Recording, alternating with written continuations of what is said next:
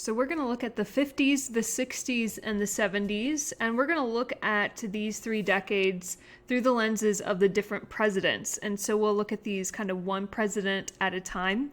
We are going to take civil rights separately and Vietnam separately. So this is like a grab bag of events from each of these presidents, but without anything Vietnam and without anything civil rights, because those will be different lectures for different days.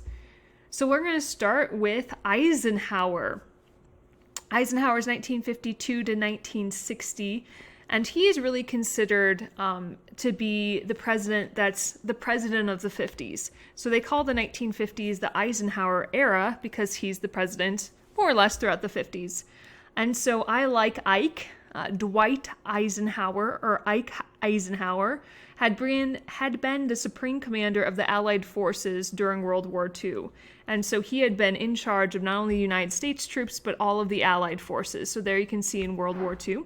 So he was a war hero. And I actually mentioned this before, but after he came back, after the war ended, both political parties, the Republicans and the Democrats, asked him to be their candidate because they knew he would be a good candidate no matter which political party he ran from. And so he decided to be a Republican. So he ran as a Republican and he won 2 terms.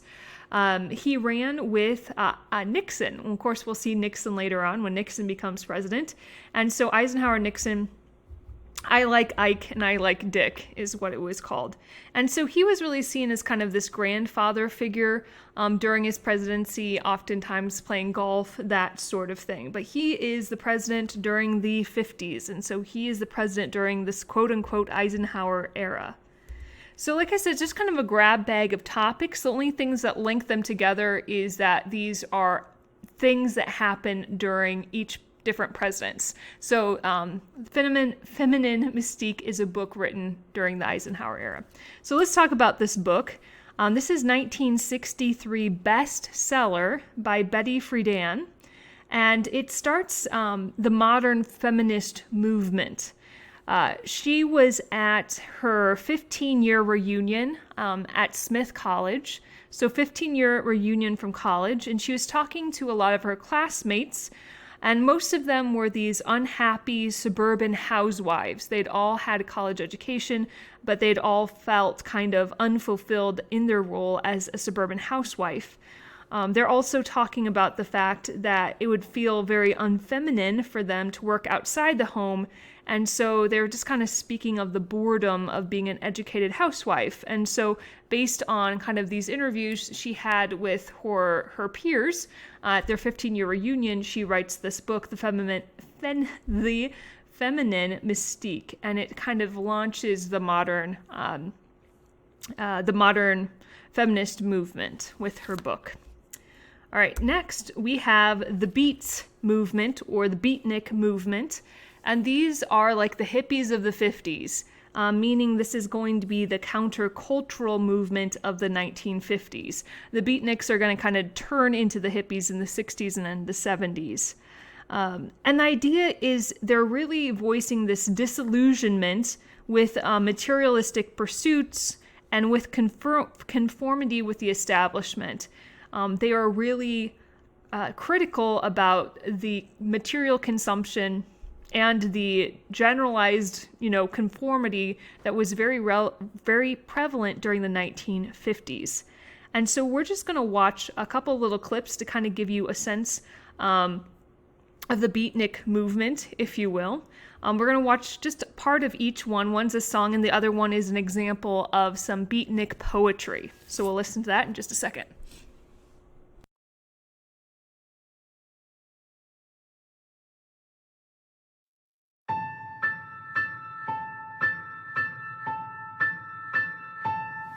Little boxes on the hillside, little boxes made of ticky-tacky, little boxes on the hillside, little boxes all the same.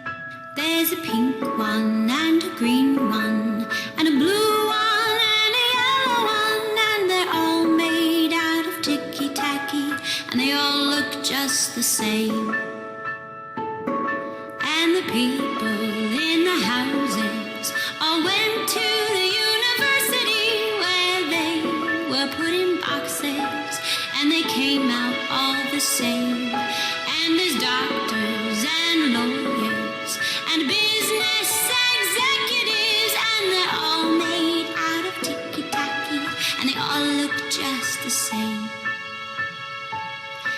And they all play on the golf course and drink their martinis dry, and they all have pretty children, and the children go to school, and the children go to summer camp, and then to the university where they are put in boxes and they come out all the same.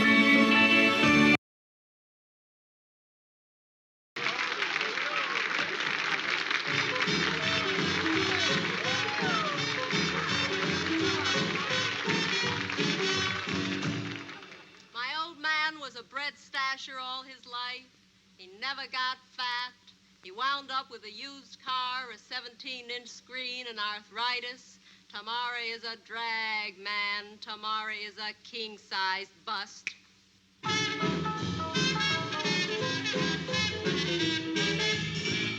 They cry, put down pot, don't think a lot. For what? Time, how much, and what to do with it. Sleep, man, and you might wake up digging the whole human race, giving itself 3 days to get out.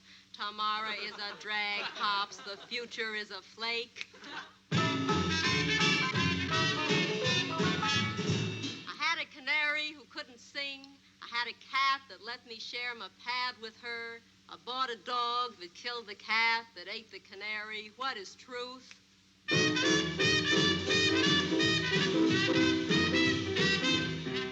had an uncle with an Ivy League heart. He had life with a belt in the back. He had a button-down brain, wind up, a belt in the mouth, and a button-down lip.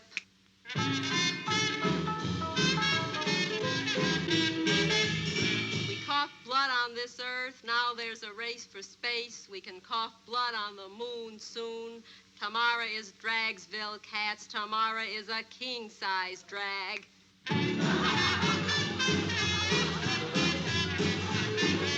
Tula fast shorts, swing with a gassy chick, turn on to 1,000 joys, smile on what happened or check what's going to happen, you'll miss what's happening. Turn your eyes inside and dig the vacuum. Tamara drag.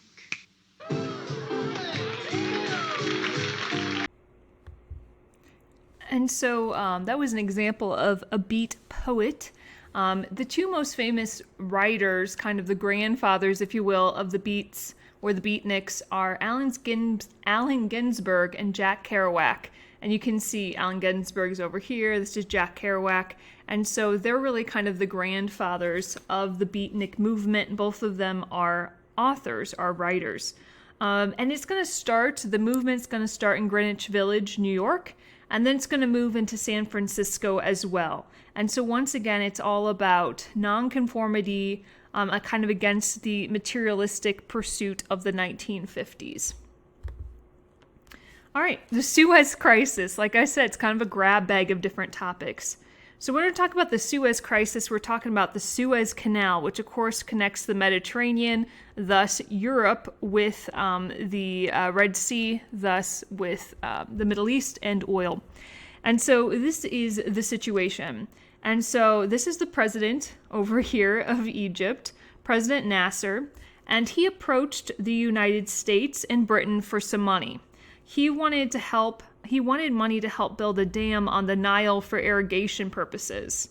And so America and Britain at first were going to loan Egypt money for this dam of the Nile River, but soon we withdrew our support because Nasser started to flirt with communism, as they say. And so we say, no, we're not going to help you build your dam. And so what happens is he nationalizes the Suez Canal. So nationalizes means he takes it over. The country takes it over. And before, the Suez Canal had been owned mostly by French and British stockholders who held most of the shares in the Suez Canal. So it was mostly British and French stockholders who lost out when Nasser kind of took over to nationalize the Suez Canal. And so there's kind of two purposes to that, right? He now controls access to the Mediterranean, or Middle Eastern's oils access to the Mediterranean, but also he can make money doing this as well. So you can see here is President Nasser preventing, British, French, and American ships from using the Suez Canal. And so this is clearly a problem. And so what happens is France and Britain led an attack against Egypt. So France and Britain create an alliance and lead an attack against Egypt, but the United States does not support the attack. And so when the United States fails to support this attack, it ends. So Britain and France lose.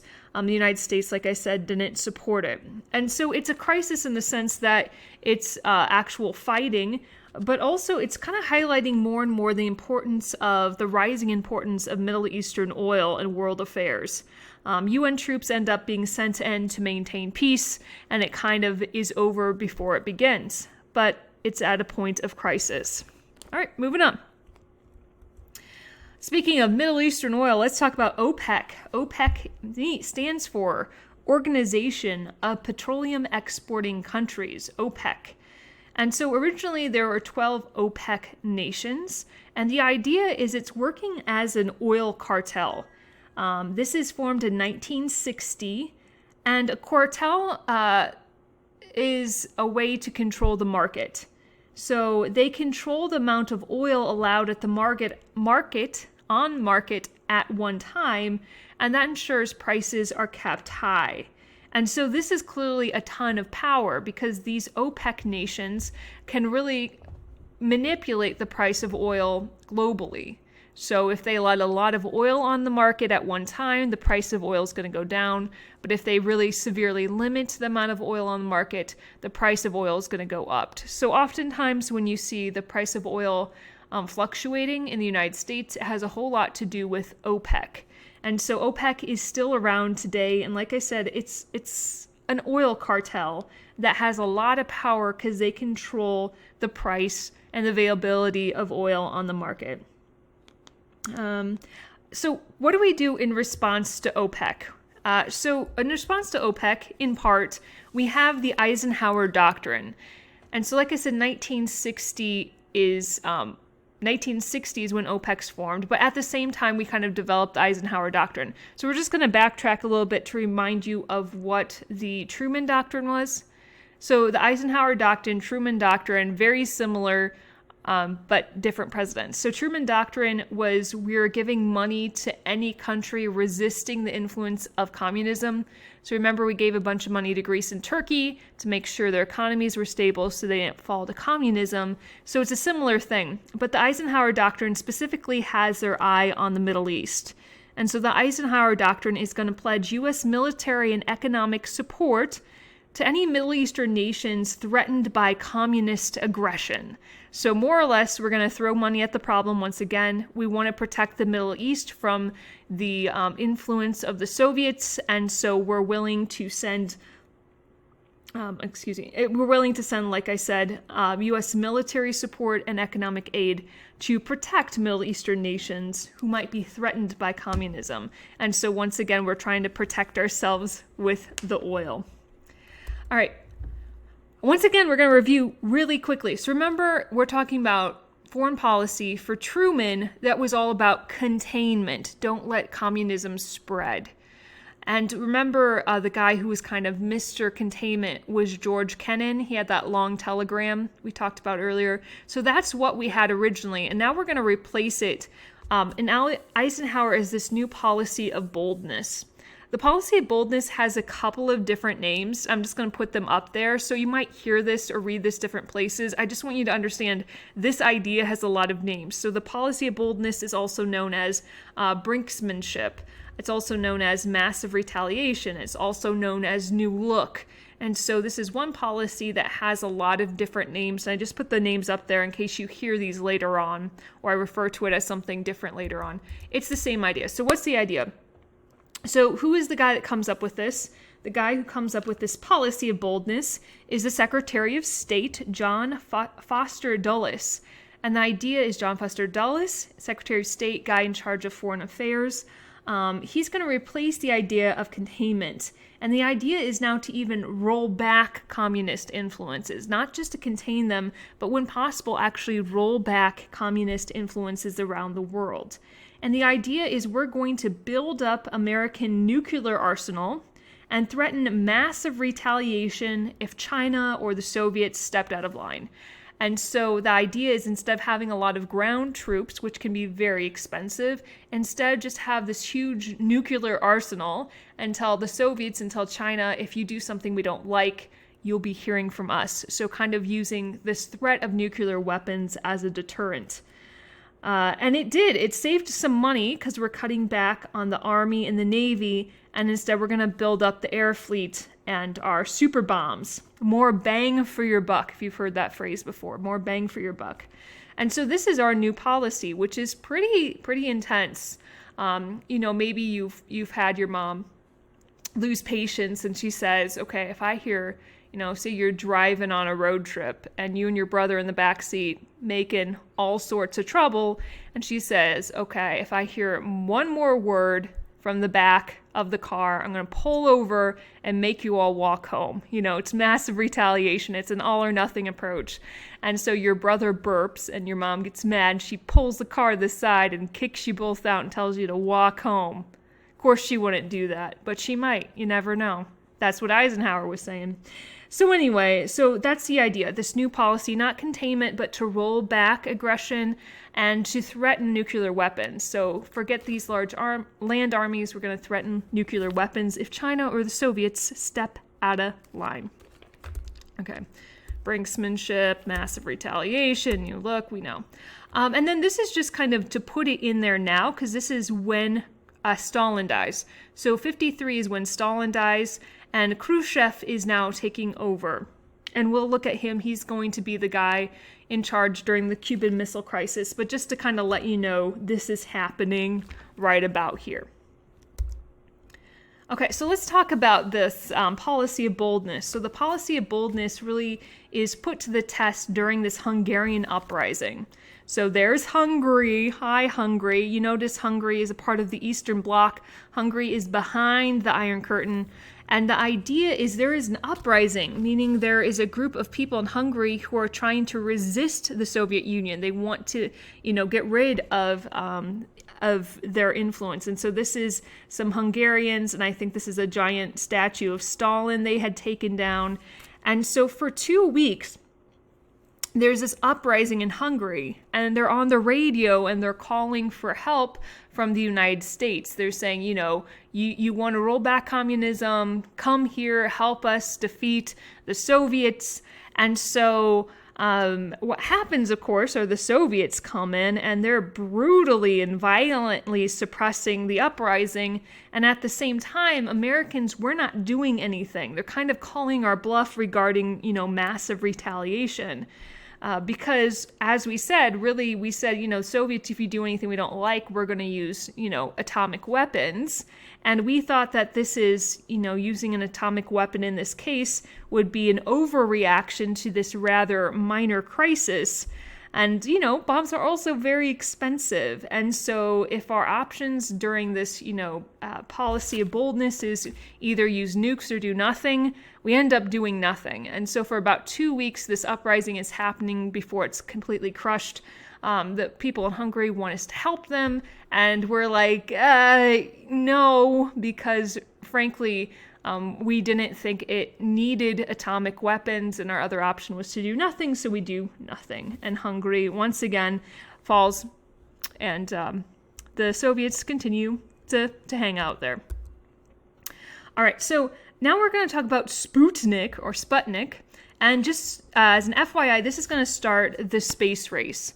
And so, different historians will have start and end dates that are separate. But for the most part, 1957, the space race is inaugurated with Sputnik, which we'll look at in like 2 seconds. And then it ends in 1969 with the Apollo 11 mission, where the United States lands a man on the moon. And so we're just going to begin the space race right now. So just FYI. So Sputnik, 1957. What this is it is a man-made satellite. So they're going to put it, and it's going to be able to travel in the orbit of the Earth. So it is the first man-made satellite. Sputnik in Russian literally means fellow traveler, in case you're wondering. It's not very big. It's only 184 pounds. And what it's going to do, as I mentioned before, it's going to inaugurate the space race. And it's also going to start with the USSR ahead of the United States. And so when this happens successfully, the United States is realizing, wow, we really need to double down in our efforts because the Soviets are definitely eclipsing us. And so this is after Sputnik. That's when we're going to get NASA, the National Aeronautics and Space Administration. NASA is going to be forming. We have the National Defense Education Act, which is going to promote math and science within the schools because we need a good generation of scientists. And we're also going to see the new threat of intercontinental ballistic missiles, or ICBMs. And so now that Sputnik is a man-made satellite, the technology the Soviets need to make the satellite also allow them to create these intercontinental ballistic missiles.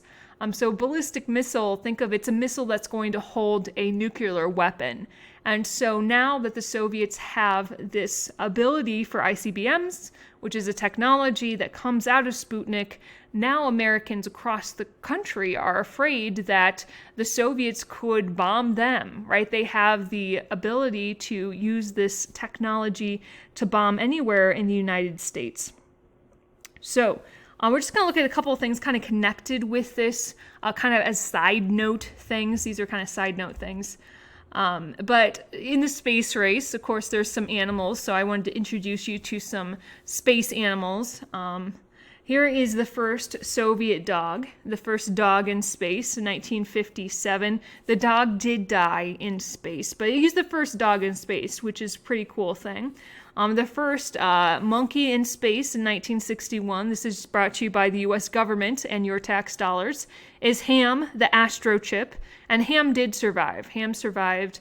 I think he lived 12 years after this, so Ham did survive. So just a couple of space animals for fun.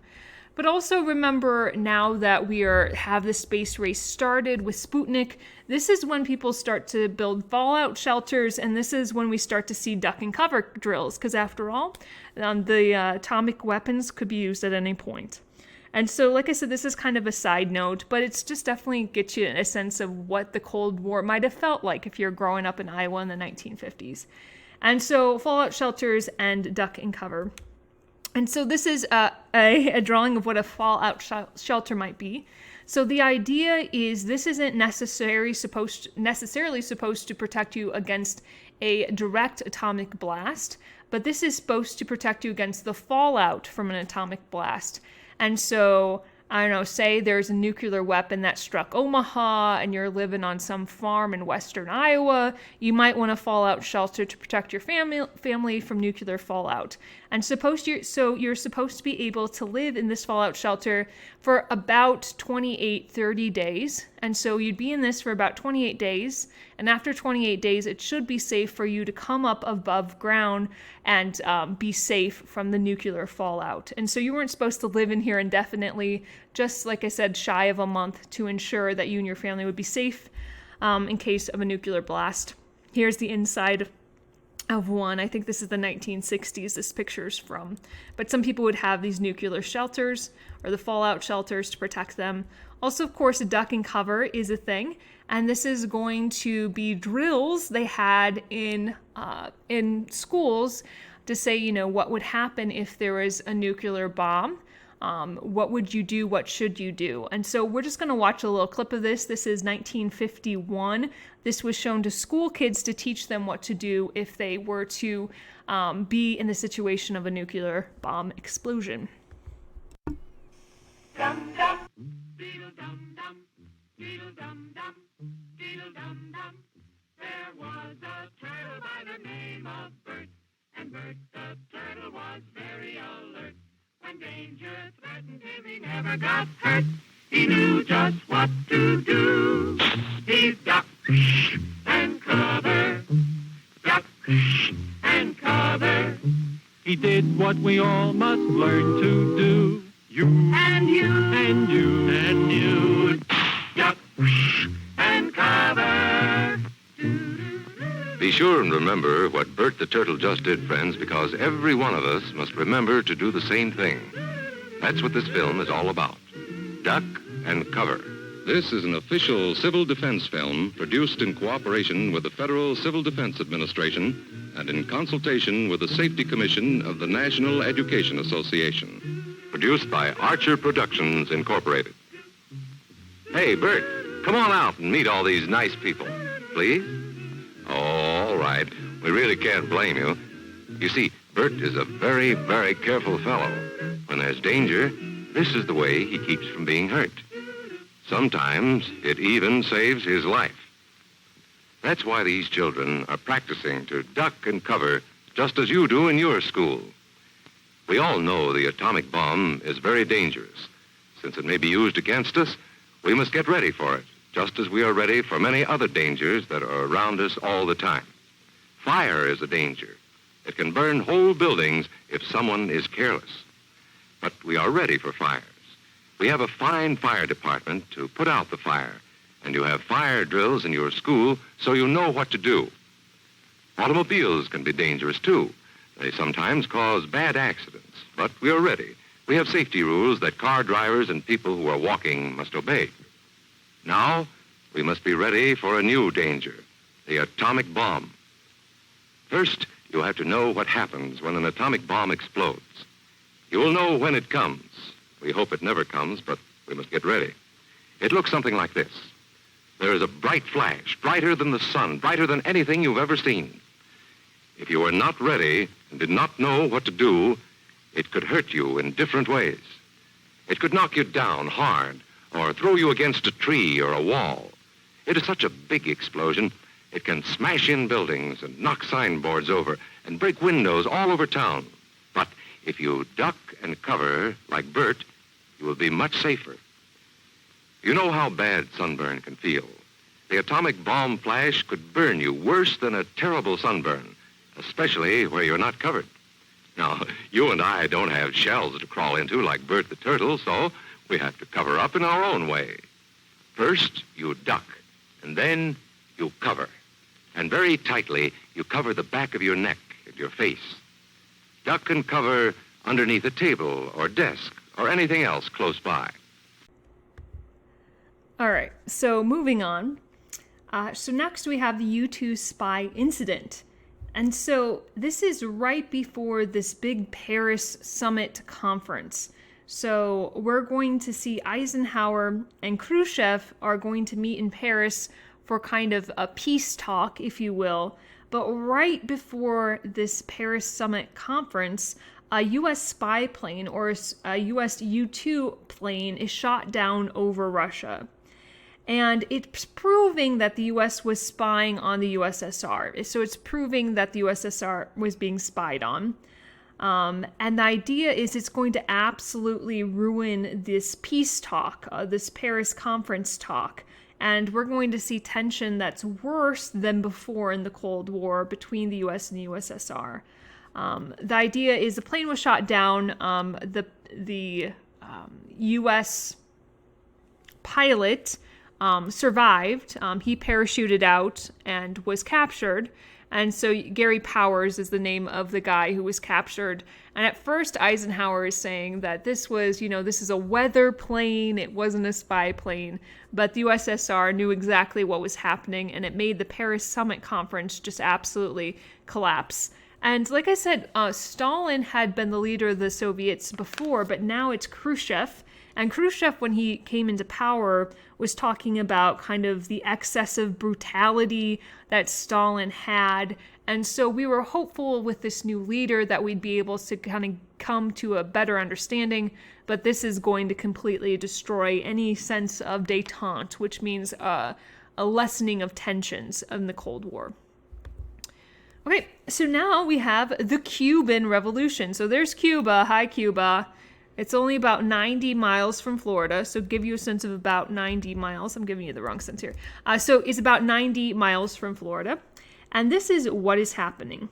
Latin America in general was kind of sick of the United States. Remember, since Teddy Roosevelt, we are very much an imperialistic power, really interfering with the business of Latin American countries.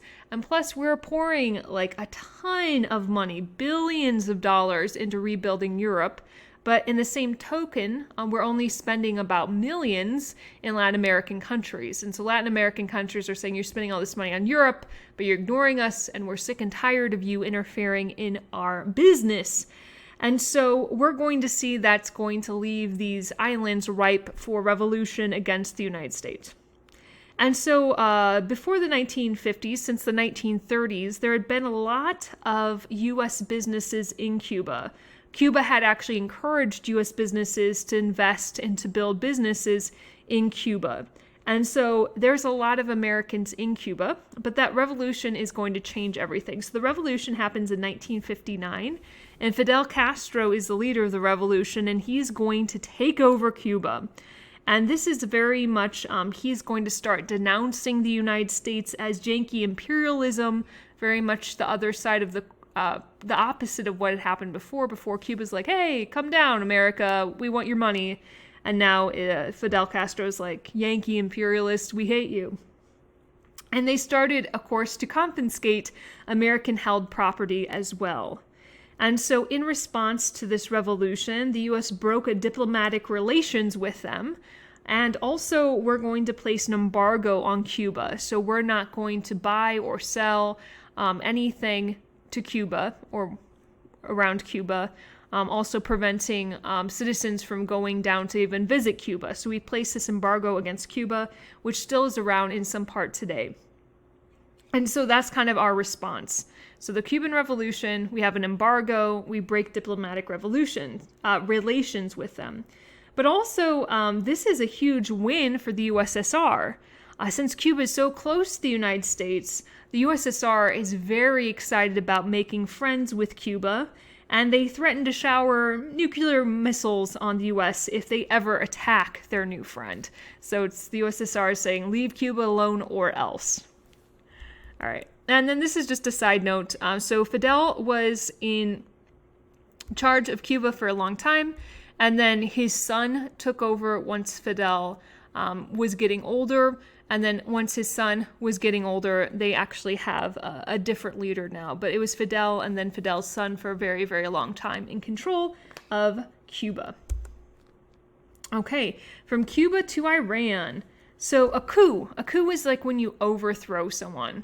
So like if you wanted to overthrow, I don't know, the governor of Iowa, you could lead a coup, which is like a mini revolution, and overthrow her power. And so that's what a coup is. So we're going to see a coup in Iran. So Iran, #oil, is starting to resist the power of Western oil companies that more or less controls their oil supply. So it's going to be Western companies who are really profiting off of the oil supply in Iran. And so the country itself started to resist that system that had been set up, started to resist the power of these Western oil companies. And so we send in the CIA, right? Our spies, if you will. We send in our CIA, and our CIA helps to organize a coup that gets rid of the government that was resisting or that wasn't being friendly towards these Western oil companies. And so we put in charge of Iran the Shah of Iran. So this is the Shah of Iran. Shah just means king. And so we give power to the Shah of Iran, and he is going to be friendly towards the oil companies. So this is kind of part one. We're going to see a revolution in Iran in about 20 years or so. So in 1979, there's going to be a bloody revolution that's going to overthrow the Shah.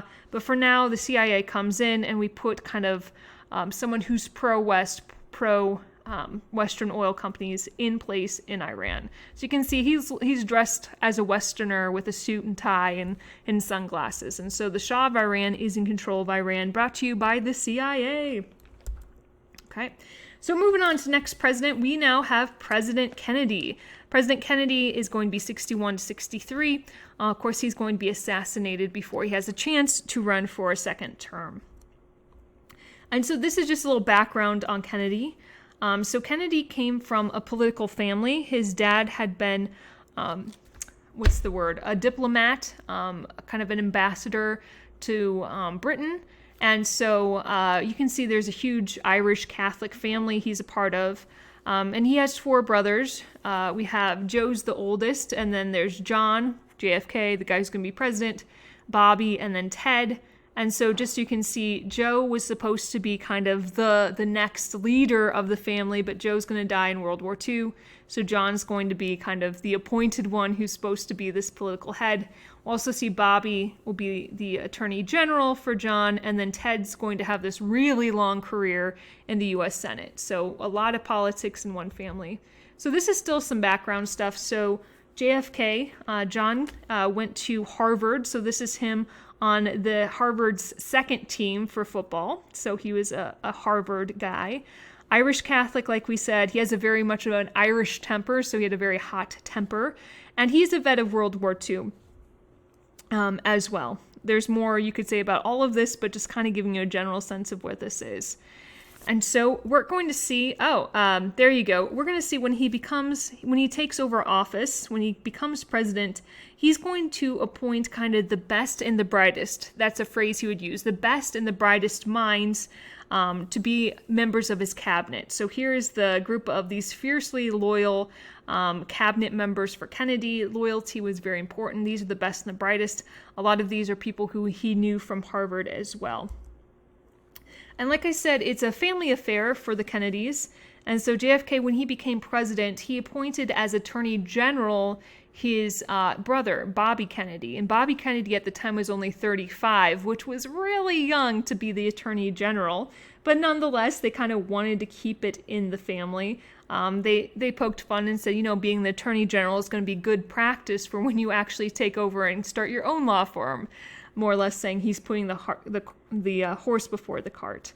But of course we know in 63, John is going to be assassinated, and then Bobby Kennedy is going to run for president in 68.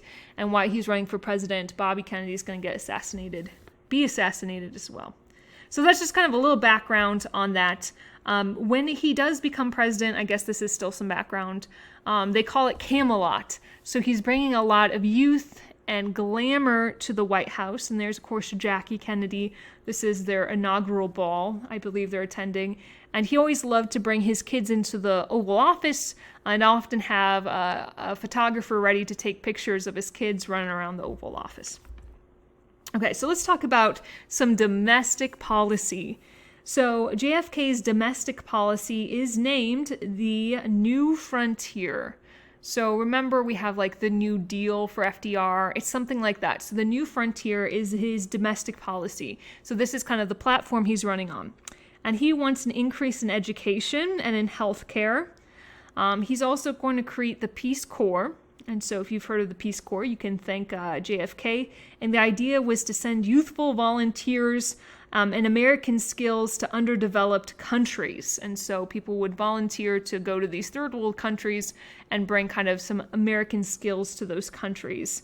Very famously, he's the one who said, "Ask not what your country can do for you, ask what you can do for your country." And so he has this domestic policy, the New Frontier. Like I said, it included increases in education, increases in healthcare, and he has all these ideas. But the thing is, the Democrats, and he was a Democrat, only had a small majority in Congress. So the Democrats barely had enough power to get things accomplished. And so Kennedy always had to contend with what are called the Dixiecrats. And I've used that phrase Dixiecrats before. But these are Southern Democrats. And so remember, south of the Mason-Dixon line is what we'd consider the South. And so Dixiecrats are Democrats south of the Mason-Dixon line. And so we will see throughout his presidency, which was fairly short, that he always had to keep these Dixiecrats in mind.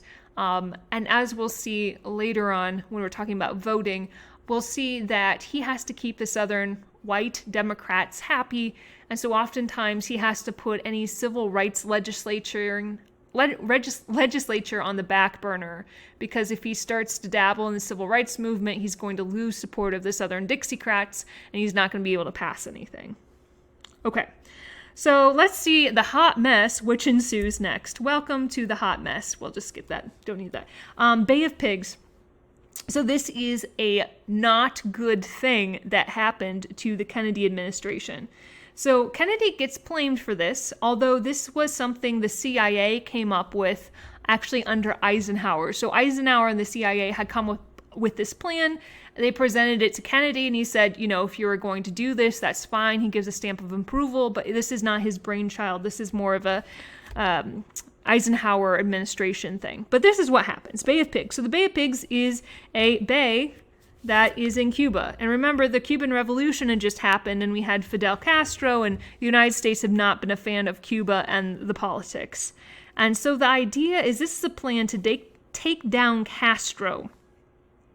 The idea was to train some anti-communist exiles from Cuba. So when the revolution happened, there were people in Cuba who did not like the revolution, and so they fled. And so the idea is we're going to train these anti-communist exiles, and then we are going to have them invade, and they're going to reclaim Cuba. So this is kind of a coup, if you will, Fidel Castro, but not using U.S. troops, using exiles from Cuba. And the idea is this does not work. It does not work at all. So April 17th, 1961, about 1,200 exiles land at the Bay of Pigs in Cuba. But like I said, it's a disaster. They were overwhelmed and surrounded fairly quickly, and it's just kind of mud in the face of the United States. JFK took full responsibility for it, but what this is going to do is just going to push Cuba further into the hands of the Soviet Union. So if Cuba wasn't enough of a friend of the Soviets, now we can see the United States is interfering once again, and so this is going to push Cuba further into the hands of the Soviets. Okay. So Bay of Pigs, disaster. All right, so this is kind of a part of the Bay of Pigs, if you will, but this is where we're going to start to see the wall being built around Berlin. And so Khrushchev is still trying to get a sense of who JFK is. Is he a strong guy? What kind of personality does he have? And so the Bay of Pigs is obviously, like I said, mud on the face of the Kennedy administration. But also, we're going to see 1961. This is when the wall is going to be built, the Berlin Wall. Remember, Berlin, the capital of Germany, had been shared by all of these different countries. Well, now we're going to see the Berlin Wall being built around West Berlin. And once again, the idea is to make sure that people in the Eastern Bloc countries and Soviet-controlled countries didn't have a way to escape into the West, if you will, because I think the number is like 2 million people had used West Berlin as a jumping off point to travel into the Western nations.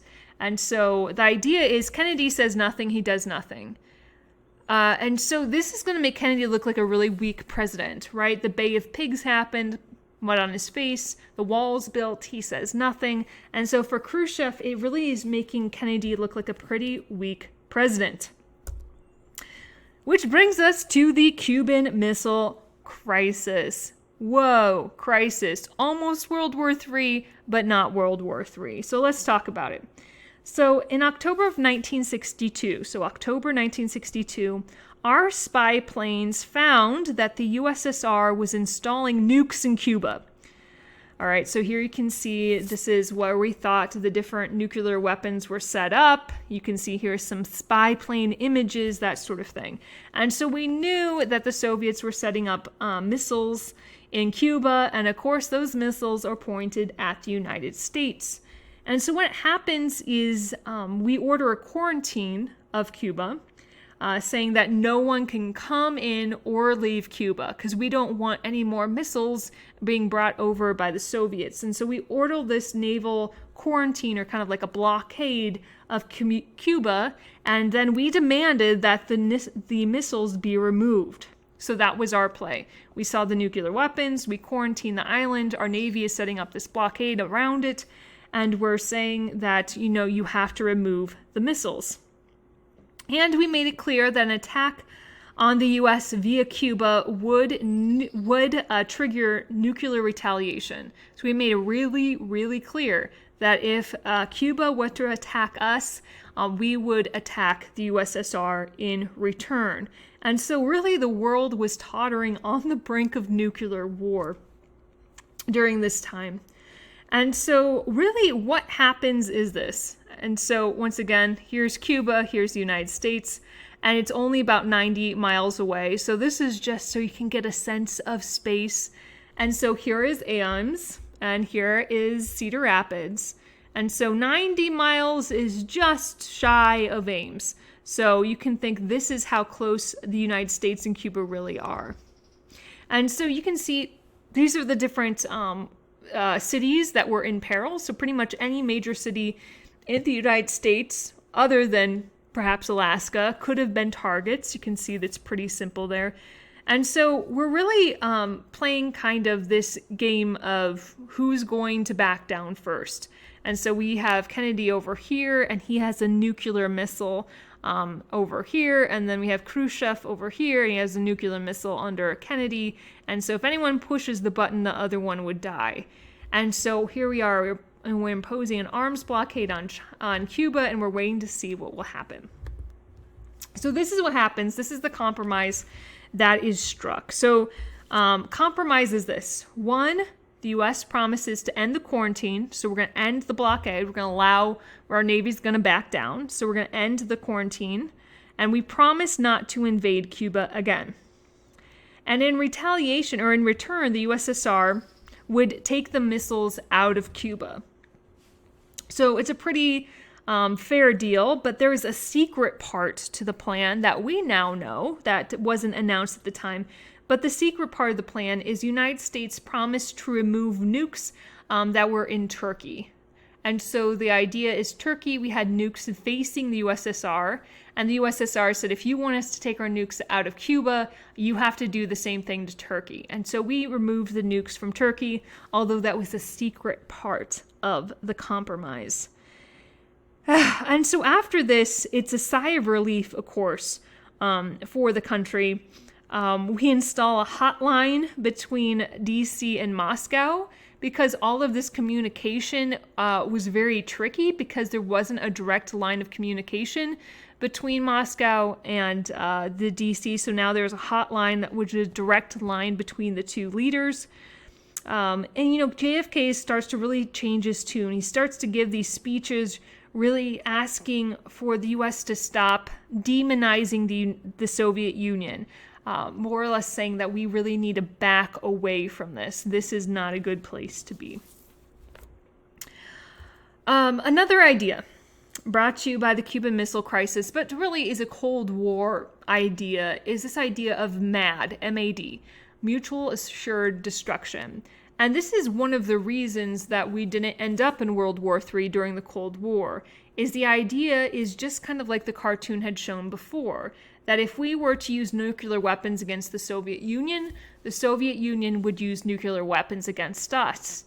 And so this was actually, it's kind of counterintuitive, but the idea is that if we both had these storehouses of nuclear weapons, the world would be safer. Because as long as these storehouses were fairly equal, there was some sort of peace about it, because of this idea of mutually assured destruction. So if we hit them, they're going to hit us right back. And so this is just kind of poking fun with the idea no account to be used because the enemy might retaliate.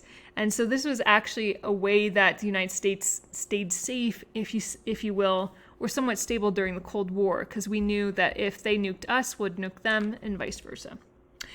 Okay, let's talk. Oh, we're not going to look at that. Kennedy's assassination.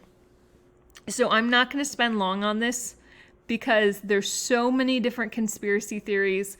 I'm just going to give you the bare bones. So those of you who would love to learn more about this, you go ahead and do it, but I'm just going to give you the bare bones. Okay, so here's the idea.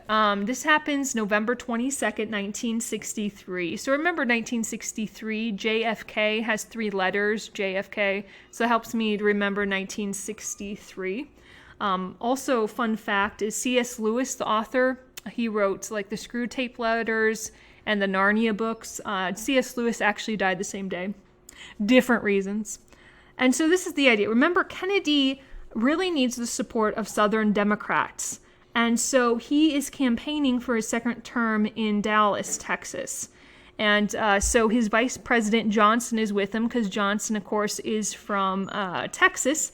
So he and Johnson are down kind of doing some fundraising, campaigning, getting some support of some Dixiecrats in Dallas.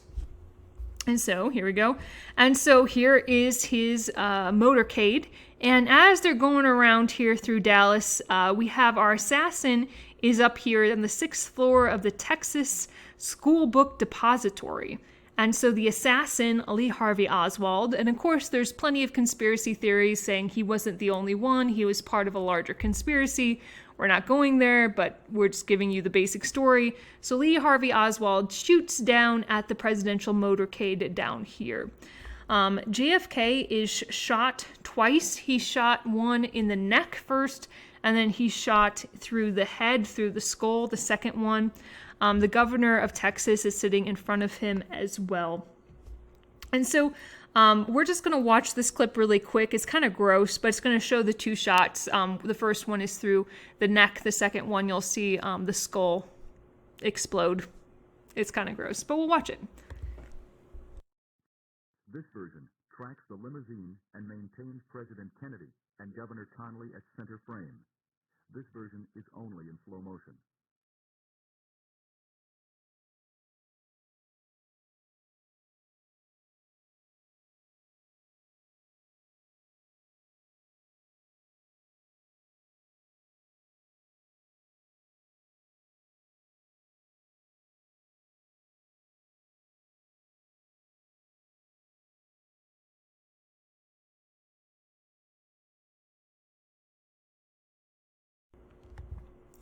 So yeah, you were seeing Mrs. Kennedy was going to retrieve a part of the skull that was of her husband. Anyway, so what happens next? Well, this next part is why there's a lot of conspiracies. So Lee Harvey Oswald is eventually found in town. He was trying to hide in a movie theater when he was arrested.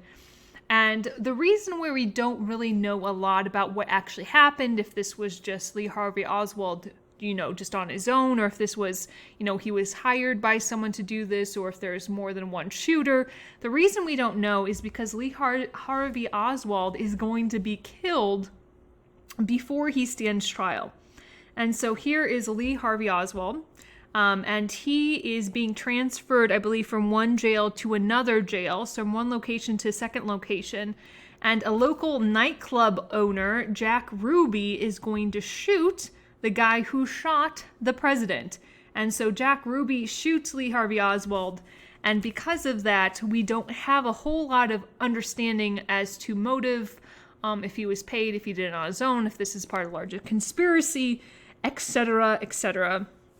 The Supreme Court is going to hold an official investigation, but despite this official investigation, there are a lot of conspiracy theories out there. And so this is Jack Ruby. Like I said, he owned a local nightclub, and there he is shooting Lee Harvey Oswald, and it was captured on film as well. Okay. And this is just for fun. But a lot of people will compare Abraham Lincoln to JFK. And these are just it's just kind of silly, but a lot of history classrooms will have a poster that'll compare these two presidents. And so we're just going to look at some of the kind of crazy comparisons you can draw between the two. And so Lincoln versus Kennedy. So Abraham Lincoln was elected to Congress in 1846. JFK was elected to Congress in 1946. Whoa. Lincoln was elected president in 1860. Kennedy was elected president in 1960. Both of their assassins were known by 3 names: John Wilkes Booth and then Lee Harvey Oswald. There's more. Both wives lost a child while living in the White House. Kennedy's wife had a son, I believe is a son, who only died for a couple of days. He was sick when he was born. Both presidents were shot on a Friday. Both presidents were shot in the head. Both assassins were Southern. Both were succeeded by Southerners named Johnson. Remember, Andrew Johnson was one of the only Southerners who stayed loyal to the North during the Civil War, and then Kennedy's Johnson was from Texas. And then this is the last one. Okay. Andrew Johnson, who succeeded Lincoln, was born in 1808. Lyndon Johnson, who succeeded Kennedy, was born in 1908. Kennedy was shot at Ford's Theater. Kennedy was shot in a Lincoln, like the car, made by Ford. Booth ran from a theater and was caught in a warehouse. Oswald ran from a warehouse and was caught in a theater. Both Booth and Oswald were assassinated before their trials. Anyway, well, that's kind of fun. So we'll just stop it here and then we'll start the next video with Johnson.